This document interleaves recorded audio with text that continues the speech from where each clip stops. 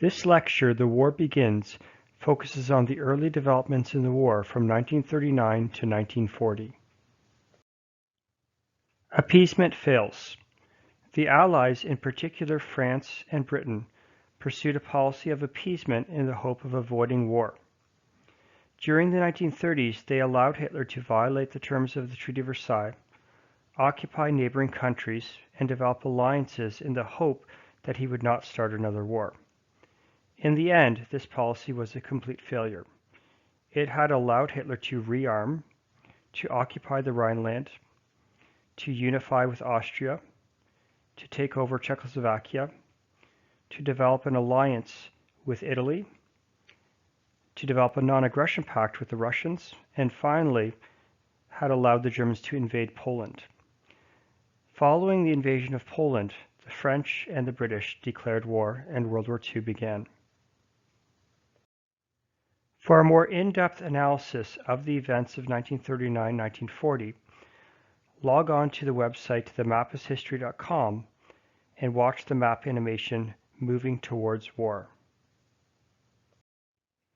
In this lecture, you will learn about the mobilization of the Allies, the Phoney War, the military tactic called BLITZKRIEG, the spring of 1940, the miracle at Dunkirk, the defense of France, and finally the occupation of France.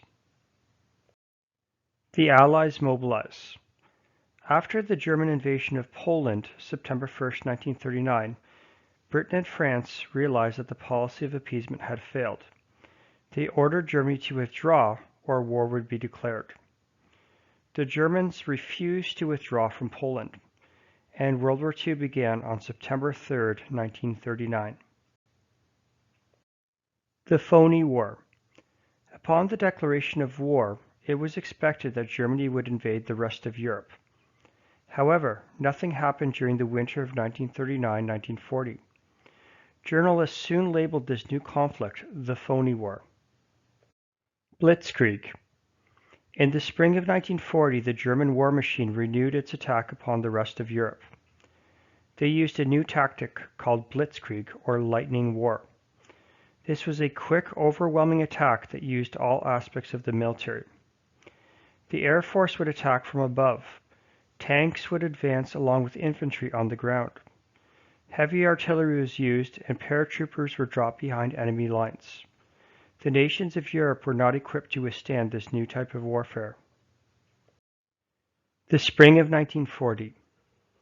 Countries invaded by Germany in the spring of 1940 included Denmark and Norway, the Netherlands and Belgium, as well as France. None of these countries could withstand the advances of Germany, not even France. The miracle at Dunkirk. As the Germans advanced into France, they encircled over 400,000 Allied troops, both French and British. With the Germans advancing, nearly all of the troops were evacuated from Dunkirk to the British city of Dover. Every type of ship was used in the evacuation. From battleships to civilian fishing boats, everyone contributed to this miracle. Take a moment to watch this primary footage of the miracle at Dunkirk. You can also access this recording from YouTube using the instructions below. The defense of France.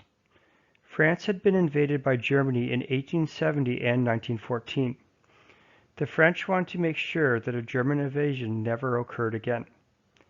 During the interwar period, France had prepared for a potential German invasion by building the Maginot Line. This was a fortified system of underground tunnels and artillery along the French-German border. The Maginot Line extended along most of the French-German border, but did not go through the Ardennes forest nor the French-German Alps, a mountain range.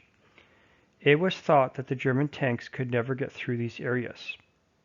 However, the Germans did succeed in getting through these areas and encircling the Maginot Line, making it useless for the defense of France. The occupation of France. Ultimately, the Maginot Line failed to prevent a German invasion, and after 6 weeks of fighting, France surrendered on June 22, 1940. The northern portion of France was occupied while the southern portion remained independent and was renamed Vichy France. Even Hitler visited Paris to get his picture taken by the Eiffel Tower. The division of France. The yellow area on the map designates the area occupied by Germany. The white area was known as Vichy France and was led by a puppet government under the former French general Marshal Pétain. The red line designates the Atlantic Wall, a comprehensive coastal defense line developed by the Germans to prevent an Allied invasion. The end of the beginning. The Phoney War was indeed over as Hitler invaded much of Western Europe in the spring of 1940. He would soon set his sights on new objectives, namely Britain, Russia, and North Africa, all of which had their own set of failures. For those living under German occupation, life would drastically change, and liberation would take many years.